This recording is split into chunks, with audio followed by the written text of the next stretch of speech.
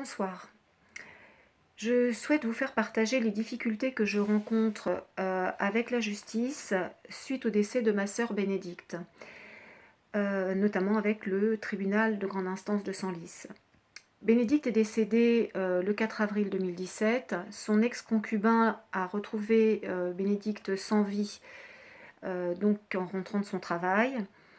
Bénédicte subissait depuis des années des violences conjugales avérées, puisque l'ex-concubin avait été condamné pour ces mêmes faits.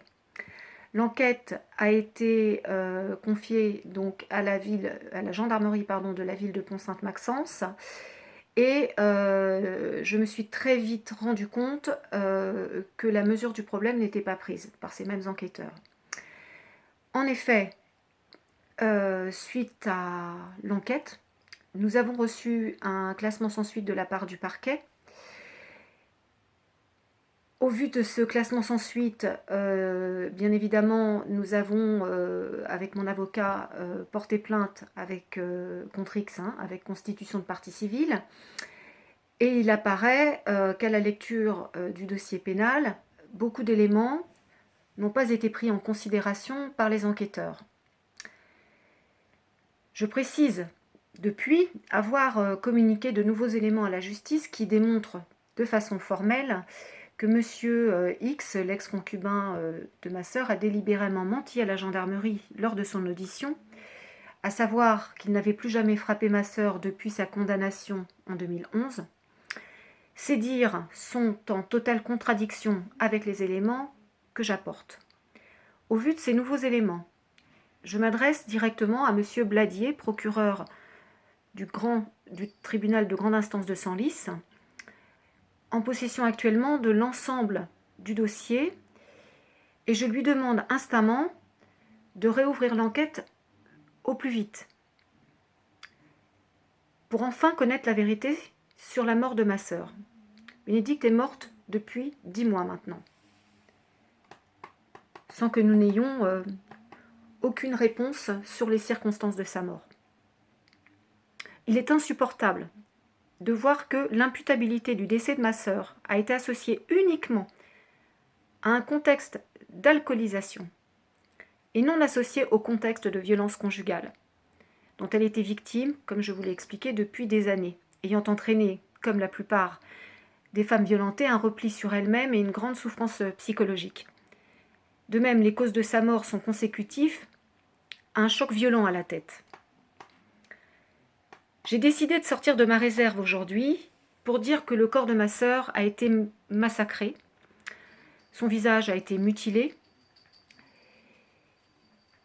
que là encore, il est inacceptable de constater que les dires de l'ex-concubin de ma sœur ont été dès le départ privilégiés par les enquêteurs et le parquet, mettant en avant le fait que l'ensemble de ces blessures pouvaient être dues à des chutes à répétition.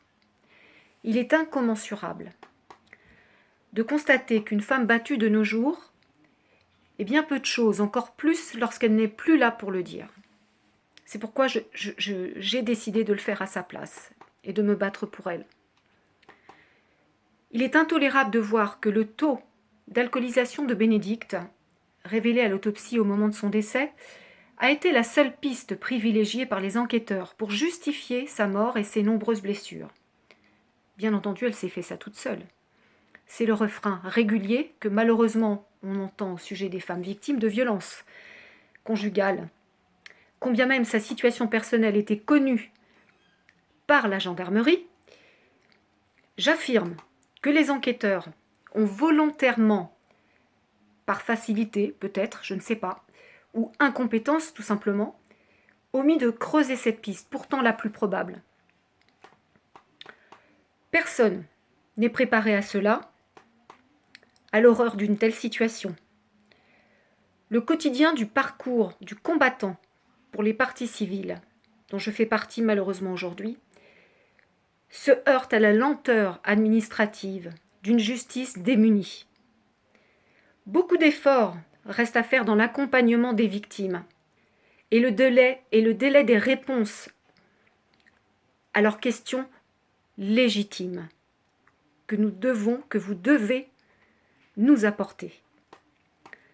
Pourtant, M. Bladier, procureur de la République de Senlis, qui dans un article du Courrier Picard du 11 octobre 2007 précisait que dans ses priorités, je cite, « il souhaitait réduire les délais d'audiencement, s'attaquer au trafic de stupéfiants, aux délits routiers et aux violences intrafamiliales. » Tout cela semblait pourtant montrer un avancement dans ce sens.